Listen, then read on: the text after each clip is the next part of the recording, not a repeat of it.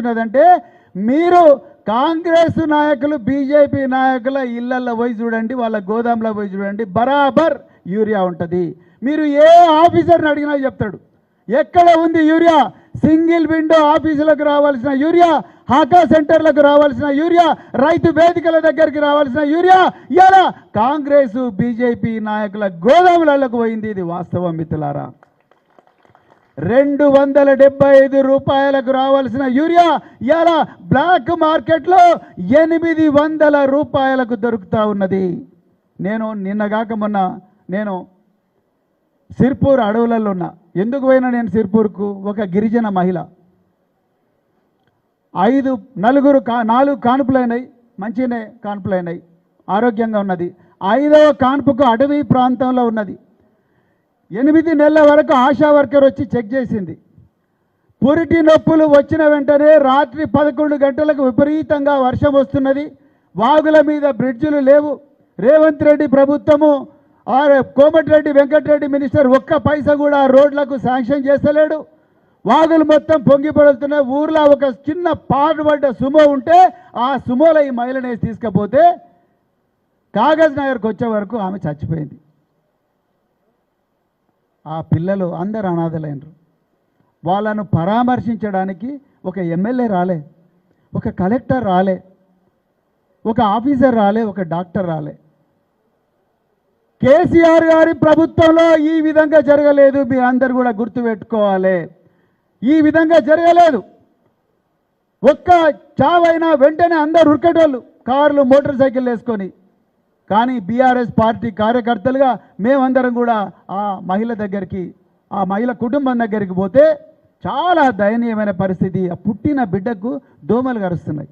ఆ దోమలు కరిస్తే ఆ దోమలు కరవకుండా ఉంచడానికి పెట్టుకోవాల్సిన జాలి కూడా కొనలేని దీనమైన పరిస్థితుల్లో ఈరోజు పేద ప్రజలు ఉన్నారు.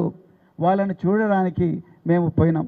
అప్పుడు సెల్ ఫోన్ టవర్లు అక్కడ రావు కాబట్టి ఒక కాల్ వచ్చింది, పట్నం అవినాష్ రెడ్డి. అరే పట్నం అవినాష్ ఎందుకు ఫోన్ చేసిందంటే, సార్ ఇలా చాలా దౌర్జన్యాలు జరుగుతున్నాయి షాబాద్ ప్రాంతంలో.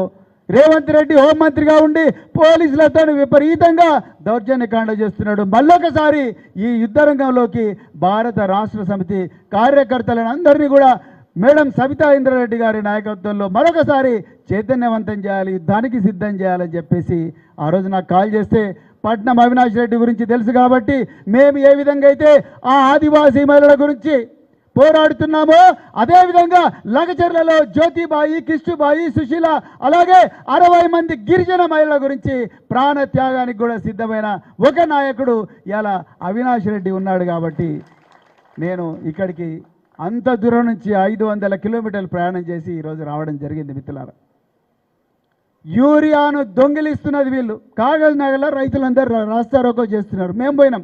ఏమైందంటే, సార్ యూరియా ఇస్తలేరు అన్నారు. చూస్తేనేమో 3 లారీలు ఉన్నాయి.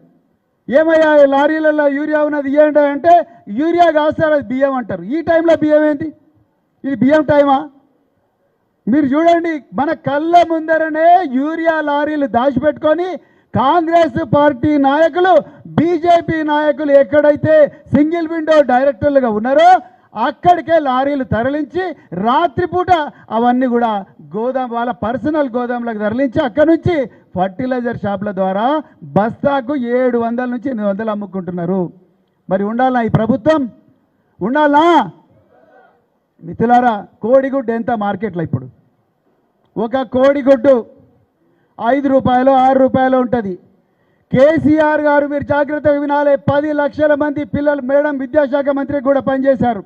కేసీఆర్ గారి హయాంలో ఒక్కొక్క బిడ్డకు 60 గ్రాములున్న లావు గుడ్లు పెట్టాలని సాక్షాత్తు ముఖ్యమంత్రి మన పిల్లలు మటన్ ఎంత తినాలి, చికెన్ ఎంత తినాలి, గుడ్లు ఎట్లా తినాలని చెప్పి నిర్ణయం చేసి ఆ రోజు డబ్బులు ఇచ్చి మమ్మల్ని అందరినీ కూడా పిల్లలకు మంచి తిండి పెట్టించిండు.